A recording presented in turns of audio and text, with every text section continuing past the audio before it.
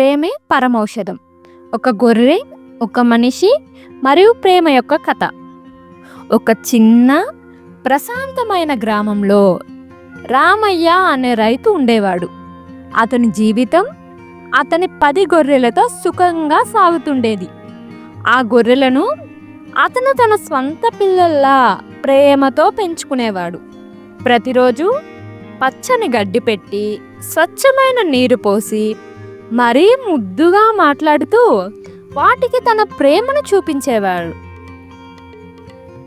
ఒకరోజు రామయ్య ఒక గొర్రె నెమ్మదిగా నడుస్తూ ఆసక్తి లేకుండా గడ్డి మేయడాన్ని గమనించాడు.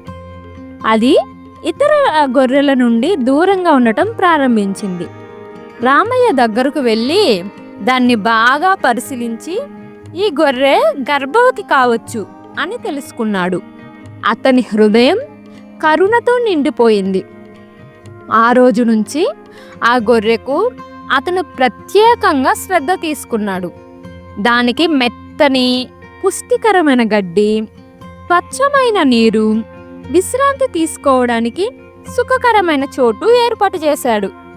అతను దాన్ని ప్రేమతో చూసుకున్నాడు. ప్రతిరోజు దాని ఆరోగ్యం మెరుగుపడుతున్నట్లు చూసి ఆనందించాడు. కొన్ని వారాల తర్వాత ఆ గొర్రె ఒక బలిష్టమైన, ఆరోగ్యవంతమైన గొర్రె పిల్లను కన్నది. గ్రామంలోని వారందరూ ఆశ్చర్యానికి లోనయ్యారు. ఒకప్పుడు బలహీనంగా కనిపించిన గొర్రె ఇప్పుడు ఇంత అందమైన, ఆరోగ్యకరమైన పిల్లను కన్నదని వారు ఆనందభరితులయ్యారు.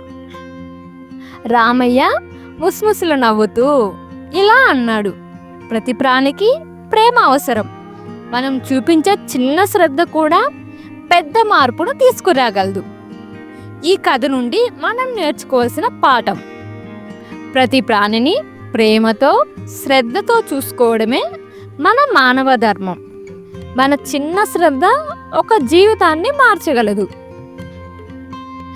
ఇలాంటి మరిన్ని ఆసక్తికరమైన కథలు తెలుసుకోవాలంటే మన ఛానల్ను సబ్స్క్రైబ్ చేసుకోండి. అలాగే మేము కొత్త వీడియోలు అప్లోడ్ చేసిన వెంటనే మీకు నోటిఫికేషన్ వెంటనే రావాలంటే బెల్ ఐకాన్పై క్లిక్ చేసి ఆల్ ఆప్షన్ను ఎనేబుల్ చేసుకోండి.